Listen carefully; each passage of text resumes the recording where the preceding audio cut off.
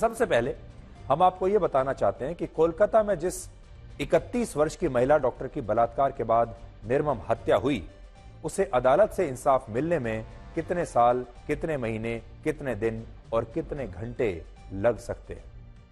आज कोलकाता में इस घटना के खिलाफ बीजेपी महिला मोर्चा के नेताओं ने मुख्यमंत्री ममता बनर्जी के खिलाफ विरोध प्रदर्शन किया और राज्य के महिला आयोग का घेराव किया। तस्वीरें आपके सामने है। जबकि मुख्यमंत्री ममता बनर्जी ने इस मामले में प्रधानमंत्री मोदी को एक नई चिट्ठी लिखकर बलात्कार के मामलों में ऐसे सख्त कानून बनाने की मांग की है जिसमें अदालतों में दोषियों के खिलाफ चलने वाले ट्रायल को सिर्फ 15 दिन में पूरा किया जा सके और उन्हें सख्त से सख्त और फांसी की सजा दी जा सके। तो ये तो सभी चाहते हैं कि कोलकाता में जो कुछ भी हुआ उसके आरोपी को जल्दी से जल्दी सजा मिलनी चाहिए और सख्त से सख्त सजा मिलनी चाहिए। ममता बनर्जी तो फांसी की सजा की मांग कर रही हैं और यह भी कह रही हैं कि यह पूरा मामला जो है 15 दिन के अंदर खत्म हो जाना चाहिए। सीबीआई जल्दी से जल्दी तहकीकात करे, या अदालतों में जाए, फास्ट ट्रैक कोर्ट आप बनाओ और 15 दिन के अंदर फैसला सुना दो। होना भी यही चाहिए। अगर ऐसा होने लगे तो कितनी अच्छी बात होगी। लेकिन क्या आप जानते हैं कि जब पूरा देश कोलकाता की इस महिला डॉक्टर को जल्द से जल्द इंसाफ दिलाने की मांग कर रहा है, तब इस जल्द से जल्द इंसाफ को मिलने में भी कितने वर्ष और लग सकते हैं, इसमें कितनी लंबी वेटिंग लिस्ट है। इस समय भारत की अलग अलग अदालतों में कुल मिलाकर 5,05,98,824 मामले लंबित हैं और कोलकाता की इस महिला डॉक्टर का मामला हमारे देश की अदालतों के लिए 5,05,98,825वां मामला हो सकता है। और सोचिए, जब करोड़ों मामले पहले से ही इंसाफ के लिए अदालतों में इतना लंबा इंतजार कर रहे हैं, तो इस मामले में कोर्ट का फैसला आने में कितने वर्ष और लग जाएंगे। एक उदाहरण आपको देता हूं। वर्ष 2012 में जब दिल्ली में निर्भया कांड हुआ था, तब भी उस मामले में इंसाफ के लिए देश भर में विरोध प्रदर्शन हुए थे। नेताओं की आंखों में आंसू आ गए थे, पूरा देश का खून खौला हुआ था और लोग कह रहे थे कि इन आरोपियों को जल्दी से जल्दी फांसी की सजा मिलनी ही चाहिए। लेकिन इतने दबाव के बाद, जबकि इस पर इतनी राजनीति हुई, इतने विरोध प्रदर्शन हुए, इस सब के बावजूद निर्भया के दोषियों को भी फांसी की सजा मिलने में 7 साल 3 महीने और 4 दिन लग गए थे। यानी जिस मामले में हमारी व्यवस्था पर दोषियों को इतनी जल्दी फांसी देने का पूरा दबाव था, उस मामले में भी सजा मिलने में 7 साल से ज्यादा का समय लग गया। जबकि जिन मामलों में इस तरह का दबाव नहीं होता, क्योंकि हर मामले को उस तरह की मीडिया हाईलाइट नहीं मिलती, हर मामले को इस तरह पूरे देश के लोगों तक वो बात पता नहीं चलती, हर मामला मीडिया में नहीं उछलता, हर मामले पर हमारे नेता विरोध प्रदर्शन नहीं करते। तो जो ऐसे मामले होते हैं जिन पर कोई दबाव ही नहीं होता, जो मीडिया में बड़ी हेडलाइन नहीं बनते, उन मामलों में तो 3-3 दशक लग जाते हैं, यानी 30-30 साल लग जाते हैं इंसाफ पाने में। उदाहरण के लिए आप वर्ष 1992 के अजमेर गैंग रेप मामले को याद कीजिए, जिसमें पिछले हफ्ते ही राजस्थान हाई कोर्ट ने 6 दोषियों को उम्र कैद की सजा सुनाई और इस मामले में इंसाफ आने में 32 वर्ष लग गए। और यह समय आपको शायद ज्यादा लग रहा होगा, लेकिन हकीकत यही है कि हमारी अदालतों में इंसाफ के लिए वर्षों नहीं, दशकों तक इंतजार करना पड़ता है। और आज भी सुप्रीम कोर्ट में 20 मामले पिछले 30 वर्षों से लंबित हैं। 20 मामले ऐसे हैं जो 30 साल से लंबित हैं, जबकि 370 मामले पिछले 20 वर्षों से लंबित हैं। और यही स्थिति हमारे अलग अलग राज्यों के हाई कोर्ट्स की है। देश के सभी हाई कोर्ट्स में 62,000 मामले पिछले 30 साल से इंसाफ का इंतजार कर रहे हैं, जबकि 3 लाख मामले पिछले 20 वर्षों से इंसाफ का इंतजार कर रहे हैं। और आप लिखकर यह रख लीजिए कि कोलकाता के इस मामले में भी इंसाफ को लंबा इंतजार करना पड़ेगा। और एक दिन जब आप इस घटना को भूल चुके होंगे, तब शायद अचानक से यह खबर आएगी कि इस मामले में दोषियों को सजा हो गई है। और यही हमारे देश की कड़वी सच्चाई है, जहां पहले तारीख पर तारीख मिलती है और फिर बहुत मुश्किल से कई वर्षों में जाकर इंसाफ मिलता है। और कई बार तो इंसाफ का इंतजार करते करते लोग दूसरे लोक में चले जाते हैं। हमारे अगले विश्लेषण से पहले मैं आपसे 3 सवाल पूछना चाहता हूं और हमारे देश के जो युवा हैं उन्हें खास तौर पर इन सवालों के बारे में आज जरूर सोचना चाहिए। पहला सवाल ये कि आपके लिए बेरोजगारी बड़ा मुद्दा है या आपके लिए जाति बड़ा मुद्दा है, यानी बेरोजगारी और जाति में कौन सा बड़ा मुद्दा है आपके लिए। दूसरा सवाल ये कि भारत में कास्ट सेंसस यानी जातिगत जनगणना होनी चाहिए या स्किल सेंसस यानी कौशल जनगणना होनी चाहिए, और इन दोनों में से हमारे देश के लिए इस समय ज्यादा जरूरी क्या है। और तीसरा सवाल यह कि दलितों के वर्ग में जो लोग क्रीमी लेयर में आते हैं, यानी जिनके पास सारी सुख सुविधाएं हैं, जो साधन संपन्न है, आर्थिक और सामाजिक रूप से संपन्न है, क्या ऐसे लोग आरक्षण के आधार पर नौकरी लेना चाहेंगे या फिर अपनी योग्यता और अपने हुनर के आधार पर नौकरी लेना चाहेंगे। उनकी बात कर रहे हैं जो दलित हैं लेकिन साधन संपन्न हैं। देश के ज्यादातर विपक्षी नेताओं को लगता है कि भारत के लिए बेरोजगारी से ज्यादा जातिगत जनगणना का मुद्दा बड़ा है और यही ज्यादा जरूरी है, और इसलिए वो भारत के लोगों की जातियों के बारे में पता लगाना चाहते हैं। वो चाहते हैं भारत में सबको ये पता होना चाहिए कि किस जाति के लोग कितने हैं संख्या में, और उसके हिसाब से उनके साथ न्याय होना चाहिए। और जब इस बार जनगणना होगी तो सबसे पूछा जाए कि तुम्हारी जात क्या है, तुम्हारी जाति क्या है, और हर आदमी अपनी जाति के आधार पर जाति को एक बैज लगाकर बाहर समाज में घूमे। लेकिन आंध्र प्रदेश के मुख्यमंत्री चंद्रबाबू नायडू ने एक बिल्कुल नया काम किया है। उन्होंने एक नई पहल की है जो आज आप सबको शायद हैरान भी करेगी और आपको इसके बारे में जरूर सुनना चाहिए, सोचना चाहिए। नायडू ने यह ऐलान किया है कि उनके राज्य को जातिगत जनगणना की नहीं बल्कि कौशल जनगणना की आवश्यकता है, जिसका पायलट प्रोजेक्ट शुरू हो चुका है। और आंध्र प्रदेश भारत का पहला ऐसा राज्य होगा जहां लोगों को रोजगार और नौकरियों के मुताबिक योग्य और काबिल बनाने के लिए पहली बार इस प्रकार की कोई जनगणना हो रही है।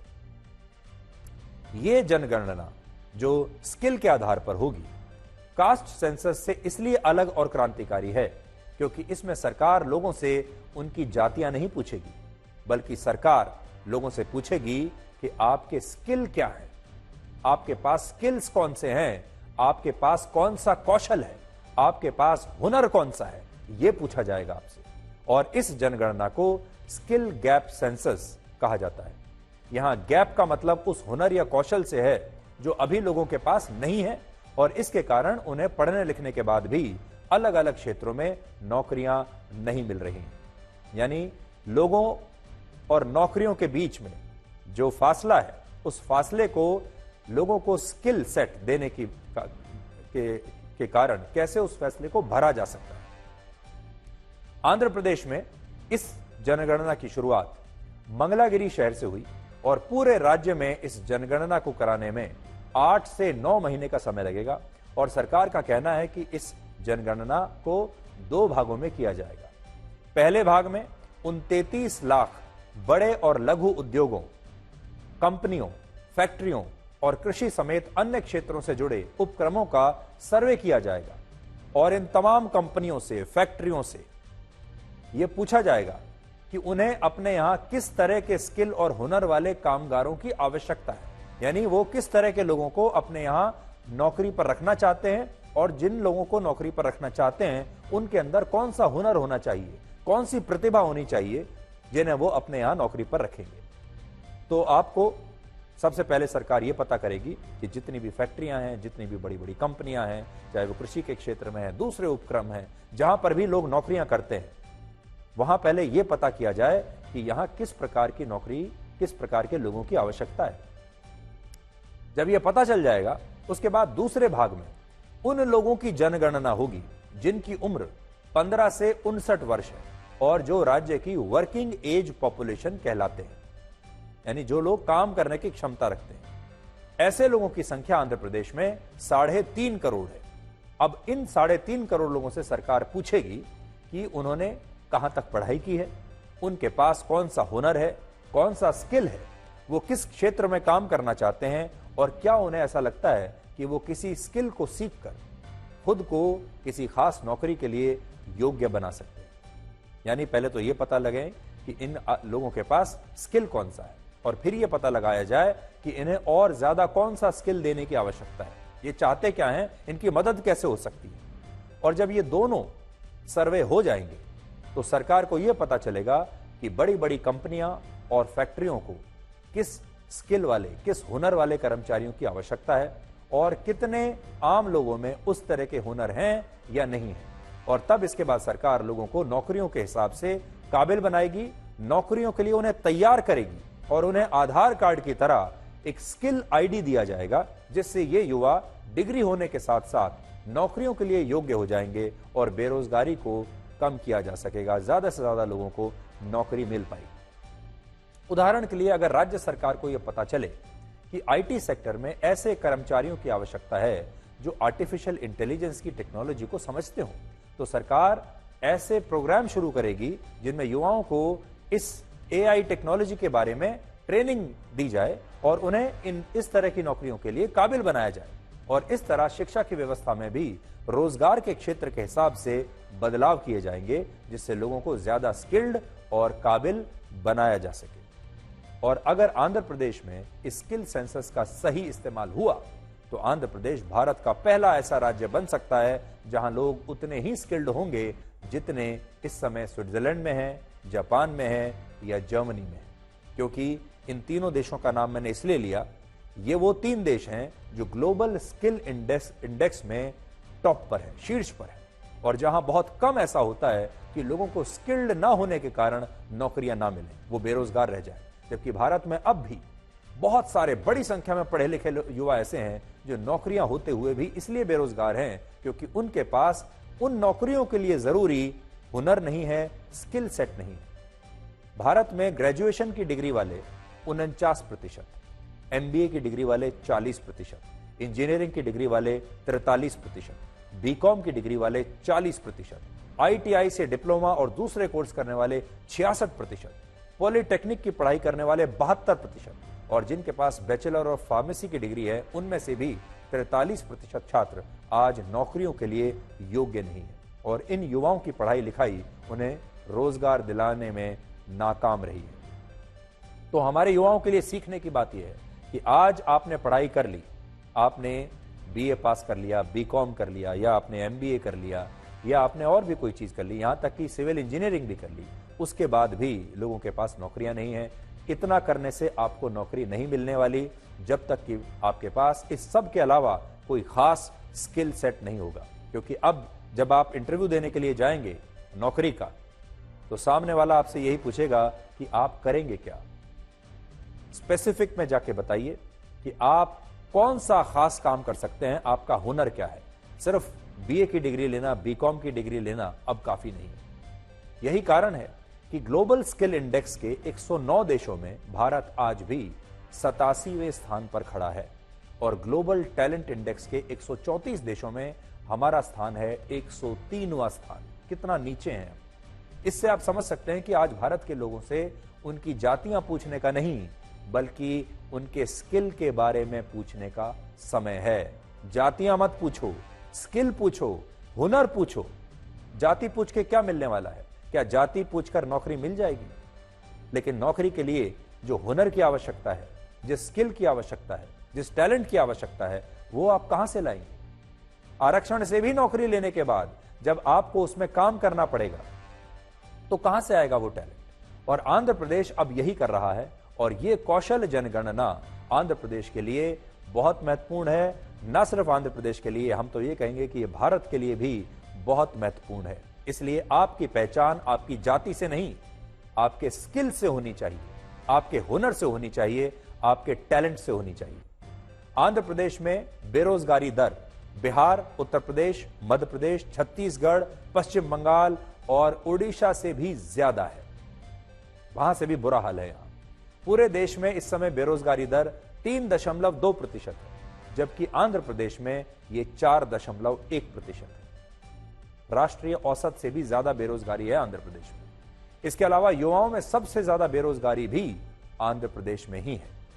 देश में 15 से 29 वर्ष के 10% युवा बेरोजगार हैं, जबकि आंध्र प्रदेश में इसी आयु वर्ग के 15.7% युवा बेरोजगार हैं। और इस मामले में आंध्र प्रदेश की स्थिति देश के सभी बड़े राज्यों में सबसे खराब है। और यही कारण है कि आंध्र प्रदेश की सरकार कह रही है कि उनके राज्य को जातिगत जनगणना की नहीं बल्कि कौशल जनगणना की आवश्यकता है, जबकि वहां की सरकार चाहती तो वो भी अपने वोट बैंक के लिए जातिगत जनगणना करवा सकती थी। लेकिन चंद्रबाबू नायडू की यहां थोड़ी तारीफ करनी चाहिए, क्योंकि चंद्रबाबू नायडू ने हमेशा, जो पिछली बार आंध्र प्रदेश के मुख्यमंत्री थे तब भी वो हमेशा भविष्य के बारे में सोचते थे, नए नए आइडिया सोचते थे। उनका प्रशासन जो है उसमें आपको एक फ्रेशनेस दिखाई देगी। और इस बार भी जब वो मुख्यमंत्री बने हैं तो वो एक बिल्कुल नया और भविष्य का आइडिया लेकर आए हैं। आंध्र प्रदेश में 88% आबादी हिंदुओं की है, जिनमें 50% ओबीसी हैं, 16.4% दलित और 5.6% आबादी आदिवासी समुदाय की है। और आंध्र प्रदेश की सरकार चाहती तो वो भी वहां जातिगत जनगणना करवाकर इन सभी जातियों को अपना वोट बैंक बना सकती है। देखिए, नेता जब लोगों के बारे में सोचते हैं तो वो ये फॉर्मूला लगाते हैं। नेताओं के दिमाग में जो फॉर्मूला लगा हुआ है एक्सेल शीट की तरह, नेता जिस चश्मे से लोगों को देखते हैं वो चश्मा उन्हें कुछ इस तरीके से दिखाता है। वो देखते हैं कि हिंदू कौन है, दलित कौन है, आदिवासी समुदाय कौन है, इसमें से ओबीसी कौन है, हिंदुओं का जो 88% शेयर है इसको ब्रेक कैसे किया जाएगा, इसमें से कौन कितनी जाति का है, फिर उस जाति के हिसाब से राजनीति की जाएगी। लेकिन चंद्रबाबू नायडू ने ऐसा करने से इनकार कर दिया। और इसलिए आज हम अपने देश के युवाओं से यह जरूर पूछना चाहेंगे कि उनके लिए बड़ा मुद्दा क्या है। बेरोजगारी बड़ा मुद्दा है या जाति बड़ा मुद्दा है, और वो अपने हुनर के आधार पर नौकरी लेना चाहेंगे या अपनी जाति के आधार पर नौकरी लेना चाहेंगे।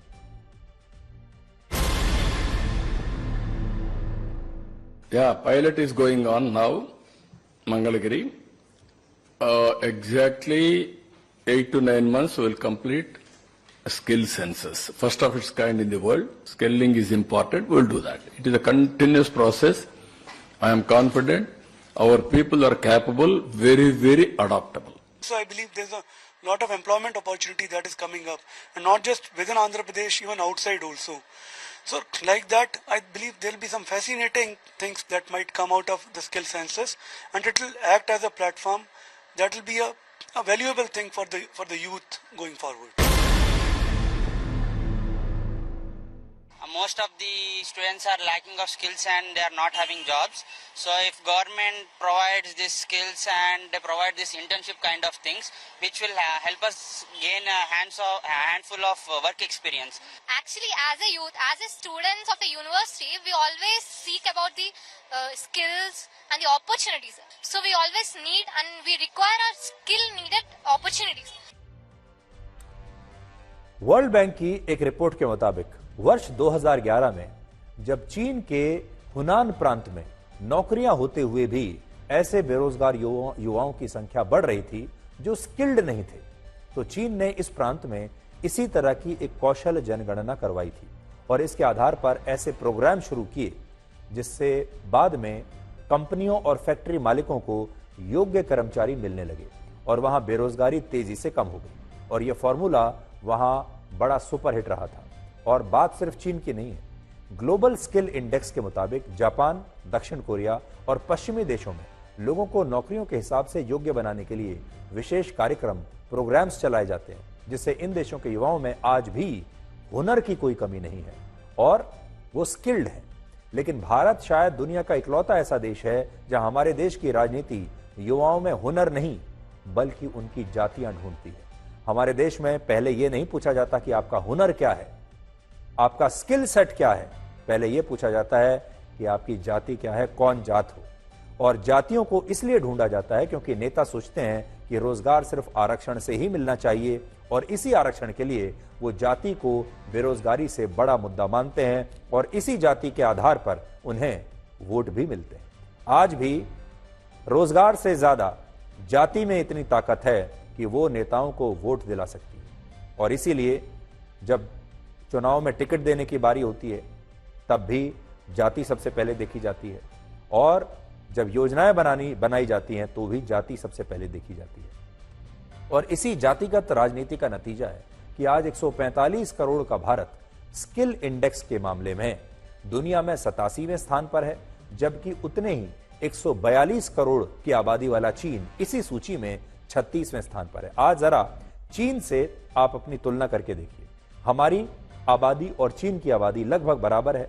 हम चीन से थोड़े ज्यादा हैं, हम 145 करोड़ हैं, चीन 142 करोड़ है। लेकिन स्किल इंडेक्स में हम 87वें नंबर पर हैं और चीन 36वें नंबर पर है। आबादी के मामले में चीन के बराबर होते हुए भी हुनर के मामले में हम चीन से कितना पीछे हैं, और वो इसलिए क्योंकि हमारे देश में जाति है कि जाति नहीं, यानी जातियां ही जातियों में हम अपने देश को बांट चुके हैं और ये जातियां जाने का नाम नहीं ले रही। और आज आप राहुल गांधी का वो बयान एक बार जरूर सुनिए, जब उन्होंने पिछले महीने बजट सत्र के दौरान संसद में यह कहा था कि जब बजट का हलवा बंट रहा था तब वहां खड़े अधिकारियों में, सरकारी अधिकारियों में एक भी दलित, आदिवासी और ओबीसी समुदाय से नहीं था।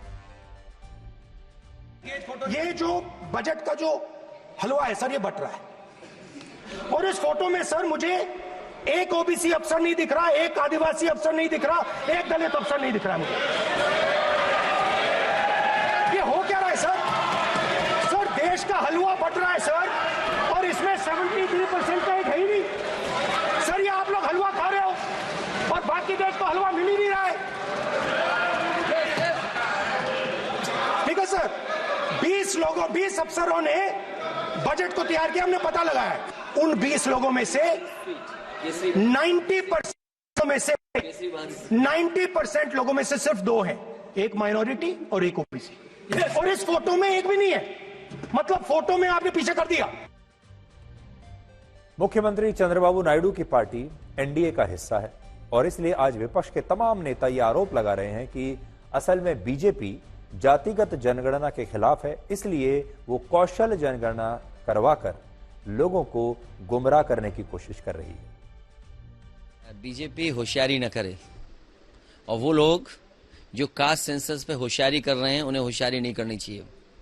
Caste census means caste census कि जातियों की गिनती हो और गिनती के आधार पर सबका हक और सम्मान सबको मिले। ये कोई मांग हमारी अकेली नहीं है, पूरे पीडीए परिवार की मांग है। वैसे अगर आप गौर से देखें तो जिसके पास स्किल है वो अप्लाई कर ही रहा है, पर मैं उनकी मांग को ठुकराता नहीं, उनकी मांग का समर्थन करता हूं। पर ये तब हो पाएगा जब पहले कास्ट सेंसस तो हो। कास्ट सेंसस के साथ स्किल सेंसस भी हो जाए तो उसमें बुरा ही नहीं, वरना तो आज जिनके पास स्किल है वो नौकरियां होती हैं, अप्लाई करते हैं, लेकिन बहुत बड़ा हिस्सा ऐसा है जो वंचित रह जाता है। चंद्रबाबू नायडू जी अभी बीजेपी के साथ हैं।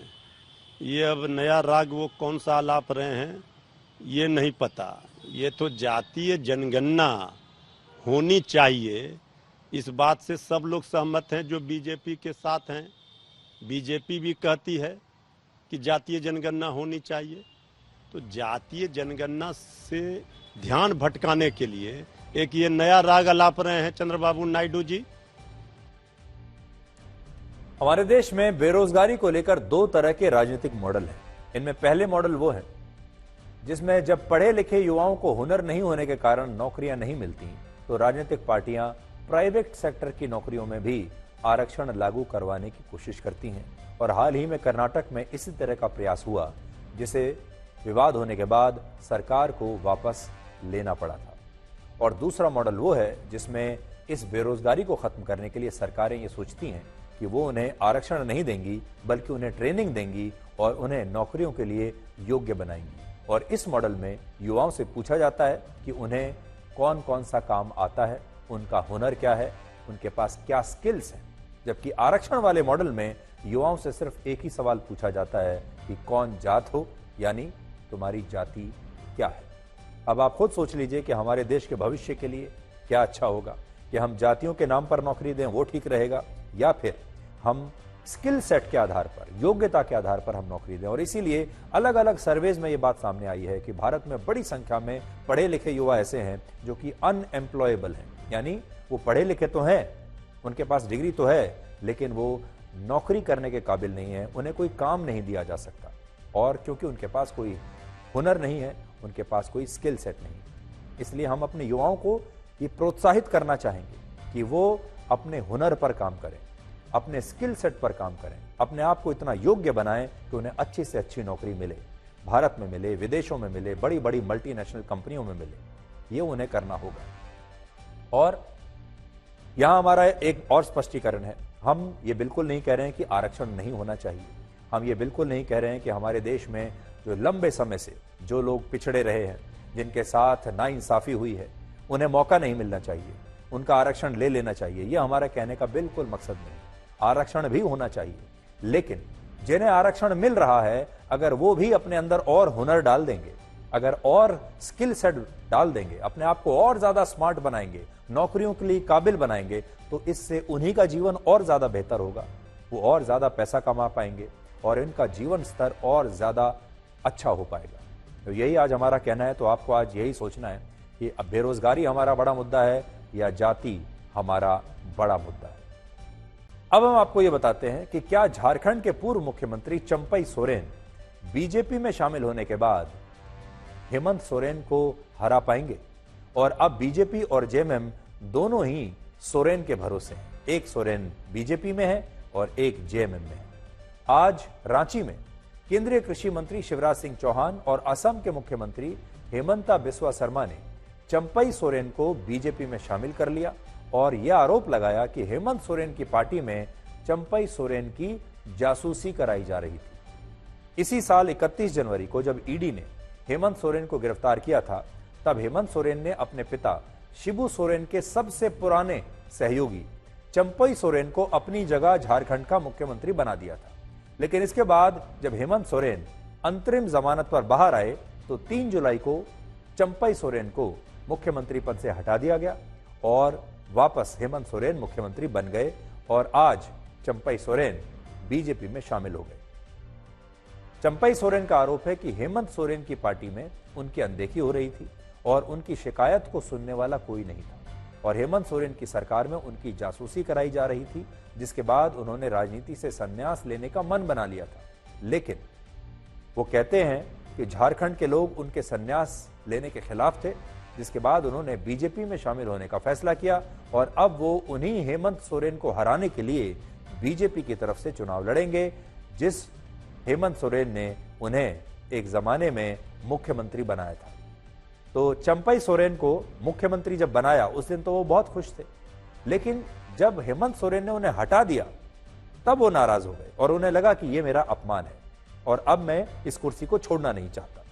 राजनीति में रिश्ते कितनी जल्दी बदल जाते हैं वो आप इसी बात से समझिए कि जब हेमंत सोरेन के जेल जाने के बाद चंपई सोरेन मुख्यमंत्री बने और उन्होंने विधानसभा में विश्वास मत अपना हासिल किया, तब उन्होंने कहा था कि वो हेमंत सोरेन पार्ट 2 हैं, वो हेमंत सोरेन का हिस्सा है, हेमंत सोरेन उनका हिस्सा है। लेकिन वही चंपई सोरेन अब कहते हैं कि उनके साथ हेमंत सोरेन ने नाइंसाफी की है और उनकी जासूसी करवाई गई। हेमंत सोरेन का चंपई सोरेन का दूसरा पार्ट है।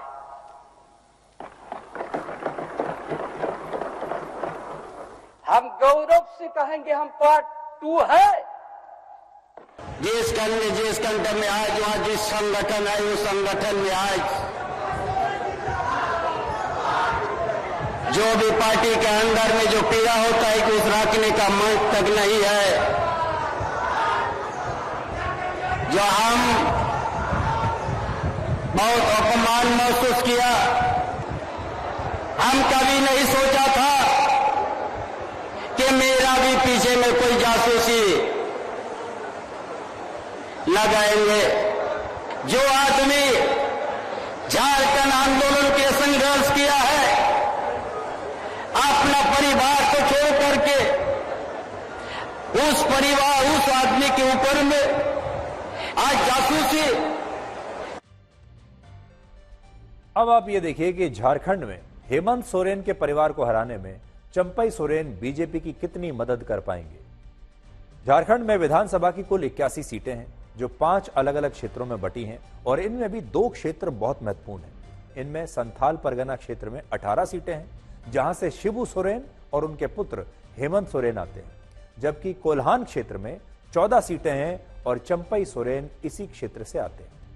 पिछली बार झारखंड मुक्ति मोर्चा ने यानी जेएमएम ने राज्य की 81 में से 30 सीटें जीती थी, जिनमें से 11 सीटें उसे चंपई सोरेन के इसी कोल्हान क्षेत्र से मिली। अगर उस समय चंपई सोरेन बीजेपी में होते और बीजेपी ने इस क्षेत्र की 14 में से 11 सीटें जीत ली होती तो बीजेपी 36 सीटों के साथ झारखंड की सबसे बड़ी पार्टी बन जाती, जबकि हेमंत सोरेन की पार्टी के पास तब 19 सीटें होती और वो कांग्रेस के साथ गठबंधन करके भी सरकार नहीं बना पाती। लेकिन ऐसा माना जाता है कि कोल्हान क्षेत्र में जेएमएम को चंपई सोरेन का भी फायदा मिला और आदिवासी समुदाय में बीजेपी के खिलाफ जो आक्रोश था उससे भी इस क्षेत्र में जेएमएम 14 में से 11 सीटें जीत पाई। यानी एक कई फैक्टर्स का कॉम्बिनेशन था। चंपई सोरेन की अपनी ताकत तो थी ही, लेकिन वहां उस इलाके में लोग बीजेपी से नाराज थे, आदिवासी नाराज थे, इसका भी फायदा मिला। हालांकि अब चंपई सोरेन के बीजेपी में आने के बाद इस क्षेत्र की 14 सीटों का खेल पूरी तरह से पलट भी सकता है और यहां झारखंड मुक्ति मोर्चा की लड़ाई पहले से मुश्किल हो सकती है। यह झारखंड का वही क्षेत्र है जहां दक्षिण छोटा नागपुर के बाद सबसे ज्यादा 42% आबादी आदिवासी समुदाय की है और चंपई सोरेन और हेमंत सोरेन दोनों ही आदिवासी समुदाय से आते हैं, आदिवासियों के बड़े नेता हैं। पिछले विधानसभा चुनाव में झारखंड में किसी भी पार्टी को बहुमत नहीं मिला था, आप देख लीजिए, और उस समय झारखंड मुक्ति मोर्चा ने सबसे ज्यादा 30 सीटें, बीजेपी ने 25 और कांग्रेस ने 16 सीटें जीती। और ये नतीजे भी तब आए जब झारखंड मुक्ति मोर्चा के गठबंधन ने आदिवासी समुदाय के लिए आरक्षित सीटों पर अपना अब तक का सबसे बेहतरीन प्रदर्शन किया था और 28 आरक्षित सीटों में से 25 सीटें जेएमएम ने जीत ली थी। लेकिन इस बार चंपई सोरेन के बीजेपी में आने से इन 28 आरक्षित सीटों पर बीजेपी और झारखंड मुक्ति मोर्चा की लड़ाई थोड़ी सी मुश्किल हो जाएगी और हेमंत सोरेन को इस बार अपनी ही टीम के एक पूर्व खिलाड़ी चंपई सोरेन से मुकाबला करना होगा और यह मुकाबला आसान नहीं होगा। चंपई सोरेन वो नेता हैं जो हेमंत सोरेन की पार्टी को उनसे भी ज्यादा अच्छी तरह से जानते हैं। हेमंत सोरेन को यह पार्टी उनके पिता शिबू सोरेन से राजनीतिक विरासत में मिली, जबकि चंपई सोरेन ने यह पार्टी खुद शिबू सोरेन के साथ मिलकर बनाई थी और वो जेएमएम के सह संस्थापक थे। और आज भी चंपई सोरेन उम्र में हेमंत सोरेन से 18 साल बड़े हैं। चंपई सोरेन 67 वर्ष के हैं, हेमंत सोरेन 49 वर्ष के हैं।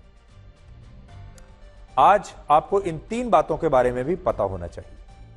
पहली बात, इसी साल लोकसभा चुनाव से पहले जब हेमंत सोरेन के दिवंगत भाई दुर्गा सोरेन की पत्नी सीता सोरेन बीजेपी में शामिल हुई, तब भी यही कहा गया था कि सीता सोरेन के बीजेपी में आने से हेमंत सोरेन को बहुत बड़ा झटका लगेगा, नुकसान होगा।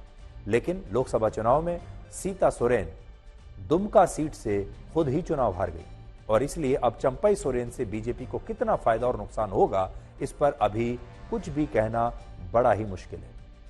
दूसरी बात, चंपई सोरेन ने अपने आज तक के राजनीतिक करियर में जितने भी विधानसभा चुनाव जीते, उन सभी में वो बीजेपी को हराकर विधायक बने, यानी हमेशा सीधी टक्कर उनकी बीजेपी से रही है। लेकिन आज वो उसी बीजेपी में शामिल हो गए और बीजेपी की तरफ से चुनाव लड़कर 7वीं बार विधायक बनने की कोशिश अब वो करेंगे। तो जिस पार्टी से लड़ते लड़ते यहां पहुंचे हैं, अब उसी पार्टी में शामिल हो गए। तीसरी बात, चंपई सोरेन को झारखंड के लोग टाइगर सोरेन भी कहते हैं और इसलिए बीजेपी कह रही है कि झारखंड में टाइगर अभी जिंदा है। इन्होंने झारखंड बनाने में अपनी जिंदगी का होम कर दिया और झारखंड की जनता की सेवा में दिन और रात जुटे रहे और आज भारतीय जनता पार्टी की सदस्यता ग्रहण की आदरणीय चंपई सोरेन जी, टाइगर अभी जिंदा है। चुनाव नजदीक आ रहा है ना, तो वो सब चीज अभी धीरे धीरे कुछ दिनों के बाद अब वही चर्चा में होंगे, जब आएगा समय उसमें चर्चा करेंगे। अब एक और इंटरेस्टिंग चीजें देखिए कि कैसे विपक्षी दलों के नेता धीरे धीरे बीजेपी में शामिल होते जा रहे हैं। चंपई सोरेन 11वें ऐसे पूर्व मुख्यमंत्री हैं जो विपक्षी दलों से बीजेपी में शामिल हुए हैं। 11वें ऐसे मुख्यमंत्री हैं विपक्षी दलों के और इसलिए आज एक बड़ा सवाल यह भी है कि बीजेपी के जो कार्यकर्ता झारखंड राज्य बनने के बाद से चंपई सोरेन के खिलाफ संघर्ष कर रहे हैं, उनके खिलाफ नारेबाजी करते आ रहे हैं, उनके खिलाफ पोस्टर लगा रहे हैं, उनके खिलाफ उन्हें चुनाव में हराने की कोशिश करते आ रहे हैं, क्या अब उनका चंपई सोरेन के लिए हृदय परिवर्तन हो जाएगा? यानी जिसके खिलाफ नारे लगाते थे अब तक, क्या अब उसके पक्ष में नारे लगाने लगेंगे बीजेपी के कार्यकर्ता? और ये इतना आसान होगा? तो एक बहुत बड़ी समस्या इस बार बीजेपी की जो समझ में आ रही है इस चुनाव में भी, वो यही है कि बीजेपी ने विपक्षी दलों से जो इंपोर्टेड नेता लिए, उनकी वजह से बीजेपी के अपने कार्यकर्ता और उनके अपने नेता, राज्यों के अपने लोकल नेता भी नाराज हो गए। इस बार लोकसभा के चुनाव में बीजेपी ने 110 दल बदलू नेताओं को टिकट दिया था, जिनमें से सिर्फ 41 इंपोर्टेड दल बदलू नेता चुनाव जीते और बाकी के 69 नेता चुनाव हार गए। लेकिन इसके बावजूद अब भी बीजेपी विपक्षी नेताओं की अपनी पार्टी में लगातार भर्तियां करती जा रही है। अब भी बीजेपी लगातार दूसरी पार्टियों से नेताओं को इंपोर्ट कर रही है, नेताओं को लाकर अपनी पार्टी में शामिल कर रही है। अब यही चंपई सोरेन जब जेएमएम में थे बहुत शक्तिशाली नेता थे, लेकिन जब ये बीजेपी की तरफ से चुनाव में जाएंगे और हेमंत सोरेन का मुकाबला करेंगे, तब इनकी शक्ति बढ़ेगी, इतनी ही रहेगी या कम हो जाएगी? क्या चंपई सोरेन को लोग बीजेपी के नेता के तौर पर स्वीकार करेंगे और वो बीजेपी को कुछ फायदा कराएंगे या नहीं? ये बहुत दिलचस्प बात है देखने। लेकिन जो बीजेपी के अंदरूनी लोग हैं वो कई बार ऐसी बात करते हैं कि बीजेपी को दूसरे पक्षों से, दूसरे विपक्षी दलों से नेताओं को इंपोर्ट करने की बजाय अपने नेताओं को सशक्त बनाना चाहिए। राज्यों में उनके जो अपने नेता हैं उन्हें मजबूत करना चाहिए, उन्हें बड़ा करना चाहिए और उन्हें मजबूत बनाकर उन्हें चुनाव में उतारना चाहिए, ना कि दूसरी पार्टियों के नेताओं को लाकर अपने नेताओं के ऊपर बैठा देना चाहिए। इससे कार्यकर्ताओं का भी दिल टूटता है और जो लोकल नेता होते हैं उनका भी दिल टूटता है। लेकिन चुनाव जीतने के लिए यह राजनीति है और हमारे देश में नेताओं ने ये एक लाइन गढ़ रखी है कि राजनीति में सब जायज है। आखिरकार आपको चुनाव जीतना है, आप कोई भी फॉर्मूला लगाइए, कोई भी नेता लाइए, कोई भी वादा कीजिए, कुछ भी करके आपको चुनाव जीतना है। और इस समय बीजेपी के लिए बहुत बड़ी चुनौती है कि उसे विपक्षी दलों को कमजोर करना ही होगा, चाहे कैसे भी करें, चाहे उनके नेताओं को तोड़ कर लाएं, चाहे और किसी रणनीति से करें, क्योंकि अगर विपक्ष को उन्होंने कमजोर नहीं किया तो बीजेपी और प्रधानमंत्री मोदी जिस एजेंडे के साथ इस देश की सरकार को चलाने के लिए आए थे, वो उस एजेंडे को पूरा नहीं कर पाएंगे। वो अपने हिसाब से, अपने सिद्धांतों के हिसाब से सरकार नहीं चला पाएंगे। अब हम आपको गुजरात लेकर चलेंगे, जहां बाढ़ के बाद अब तूफान ने लाखों लोगों को बहुत बड़ी बड़ी मुश्किलों में डाल दिया है। और इस तूफान का नाम है असना, जो अब कमजोर पड़ चुका है, लेकिन इसके कारण बाढ़ से प्रभावित गुजरात के कई जिलों में हालात बहुत खराब होते जा रहे हैं। जरा तस्वीरें देखिए।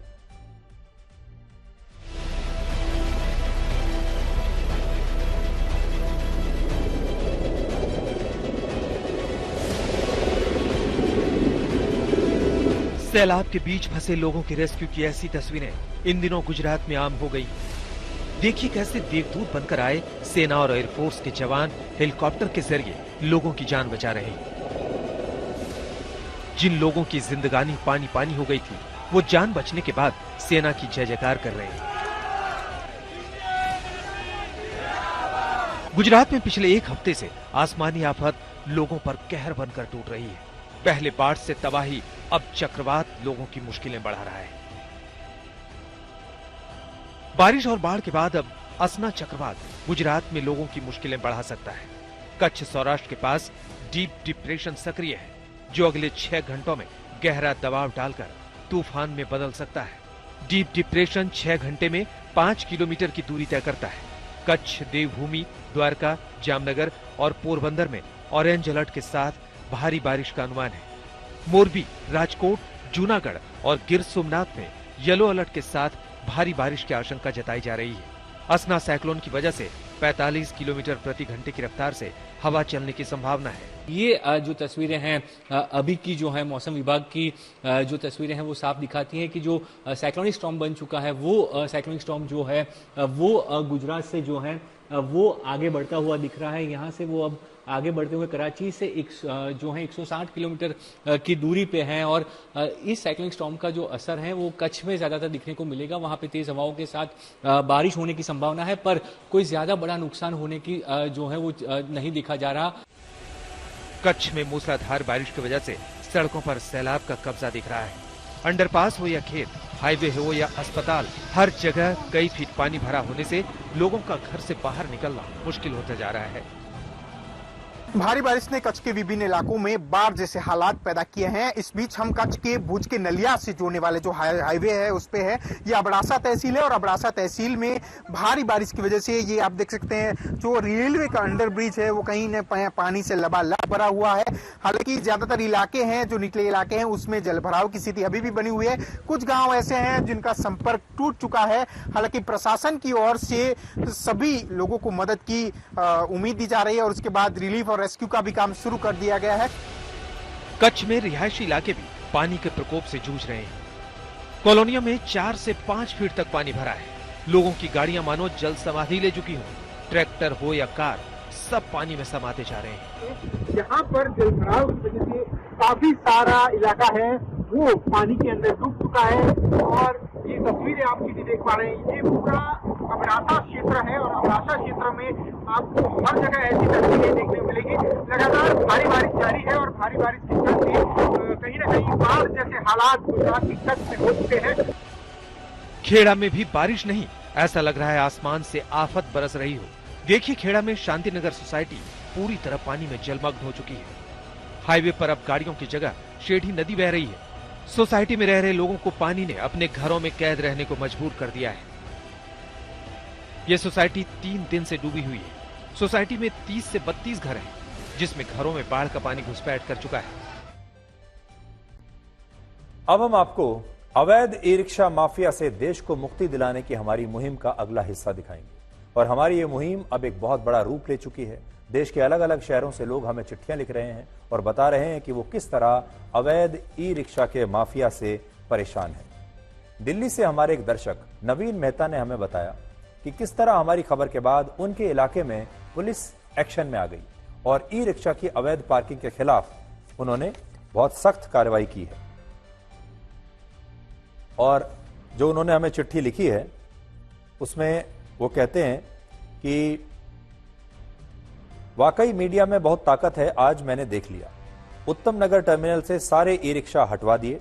ईसीपी, एसीपी और डीसीपी ट्रैफिक पुलिस सब वहीं पर थे और really great view today, there was no traffic, very smooth traffic movement. और उन्होंने हमें धन्यवाद दिया है कि आपकी रिपोर्टिंग की वजह से ये सारा जो वहां पर ई रिक्शा का जो उन्होंने जगह घेर के रखी हुई थी वो खाली हो गई। दिल्ली के मंगोलपुरी इलाके से हमारी एक दर्शक ने हमें चिट्ठी लिखी।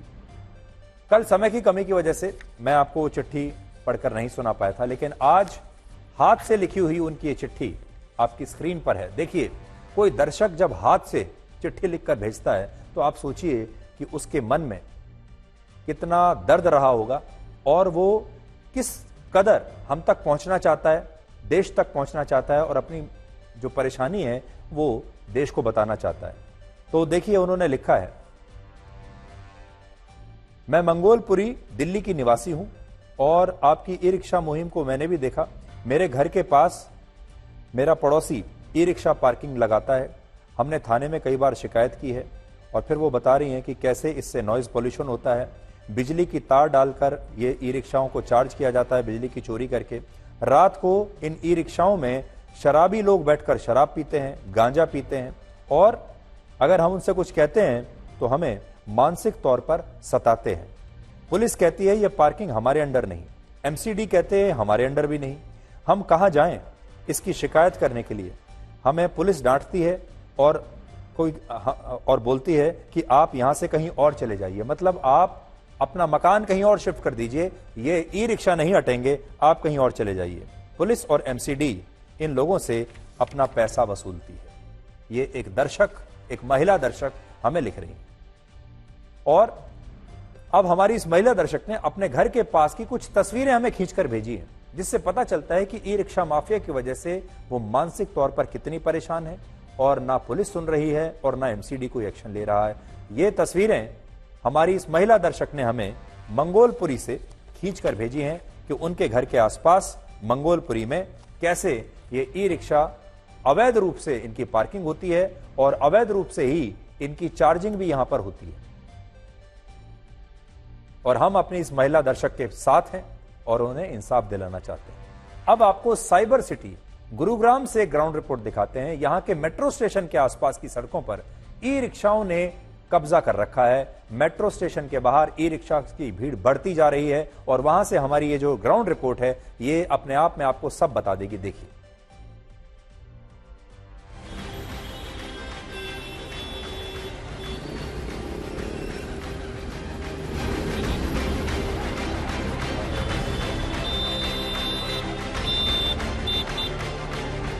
इस वक्त मैं Hooda city centre Gurugram metro station पर मौजूद हूं और आप देख सकते हैं कि किस कदर ये भीड़ लोगों को परेशान करती चली जा रही है।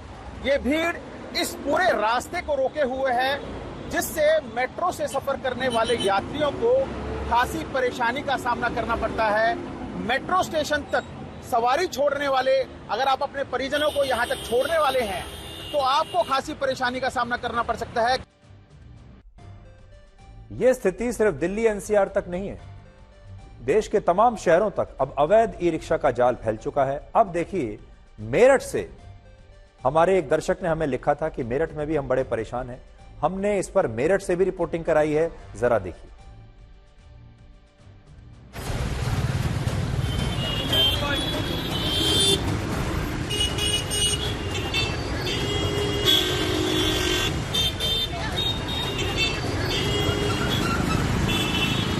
तस्वीरें हम आपको दिखा रहे हैं वो यही है कि मेरठ का जो मेन चौराहा है, हापुड़ अड्डा चौराहा है, और मैं इसकी बात करूं तो देखिए वहां से वो लाइन शुरू हो रही है, आगे से लाइन शुरू होती है और इस चौराहे के आगे तक की लाइन जाती है। हम आपको लगातार यही तस्वीर दिखा रहे हैं कि किस तरीके से यहाँ पर ई रिक्शाओं का जो जाल एक तरीके से मैं कहूँगा कि मेरठ में फैला हुआ है और तमाम ई रिक्शा की वजह से जाम की स्थिति रहती है। सामने आप देख सकते हैं कि किस तरीके से ई रिक्शा की व्यवस्था यहाँ है। तमाम ई रिक्शाएँ यहाँ पर खड़ी हैं, एक के बाद ये पूरी। और देखिए यहाँ जब ई रिक्शा आ जाती है तो यहाँ उनको कोई ट्रैफिक रूल फॉलो नहीं करना है, वो तमाम आते हैं और बीच में से मोड़ने की कोशिश करते हैं और जब देखिए सामने ये मोड़ रहे हैं। इसी तरीके से यहाँ ये आलम है और पूरे दिन यही स्थिति रहती है, पूरे दिन यही आलम रहता है। पूरे दिन यही रहता है, जाम लगा रहता है पूरे दिन है, पूरे दिन यही आलम रहता है यहाँ। पूरे दिन मेरा सामने ऑफिस है, पूरे दिन यही आलम रहता है। कहते रहते परेशान हो रहे हैं, क्या हटा लो इसे हटा लो, लड़ने भिड़ने के लिए तैयार होते हैं। और अब जल्दी से आखिर में आपको बताते हैं कि किस तरह हमारे देश में अमीरों की अमीरी तो बढ़ रही है, लेकिन उस हिसाब से गरीबों की गरीबी कम नहीं हो रही। भारत में बढ़ते अरबपतियों और उनकी बढ़ती संपत्ति को लेकर हुरून इंडिया की एक नई रिपोर्ट आई है। इस रिपोर्ट की सबसे बड़ी बात यह है कि भारत में पहली बार अरबपतियों की संख्या 300 के पार चली गई है और अब भारत में 334 अरबपति रहते हैं। ये वो अरबपति हैं जिनकी संपत्ति 8,300 करोड़ रुपए से ज्यादा है, जबकि भारत में 1,000 करोड़ रुपए की संपत्ति वाले लोगों की संख्या 1,539 हो चुकी है। यानी 1539 ऐसे लोग हैं जिनकी संपत्ति 1,000 करोड़ से ऊपर है। पिछले वर्ष के मुकाबले भारत में इस साल 75 अरबपति बढ़ गए हैं, यानी हर महीने करीब 6 और हर 5 दिन में 1 अरबपति हमारे देश में बढ़ गया, जिसकी संपत्ति 8,300 करोड़ रुपए से ज्यादा की है। इस लिस्ट के मुताबिक मुंबई एशिया में अब अरबपतियों की राजधानी बन गया है। यहां 92 अरबपति रहते हैं, जबकि चीन की राजधानी बीजिंग में 91 अरबपति रहते हैं। यानी पूरे एशिया में सबसे ज्यादा अरबपति अब मुंबई में रहते हैं। भारत में जिस गति से अरबपतियों की संख्या और उनकी संपत्ति बढ़ी, उस हिसाब से आम आदमी की संपत्ति में वृद्धि नहीं हुई। भारत में वर्ष 2022 और 23 में प्रति व्यक्ति सालाना आय 1.69 लाख रुपए थी, जो वर्ष 2023 और 24 में बढ़कर 1.84 लाख रुपए हो गई। यानी एक महीने में प्रति व्यक्ति आय सिर्फ 1,250 रुपए बढ़ी है एक साल के अंदर। अगर एक महीने की आय आप देखें तो इससे आपको यह पता चलता है कि यह अच्छी बात है कि अरबपतियों की संख्या तो बढ़ रही है, लेकिन आम जनता की आमदनी भी अगर उसी हिसाब से बढ़े तो बहुत अच्छा होगा।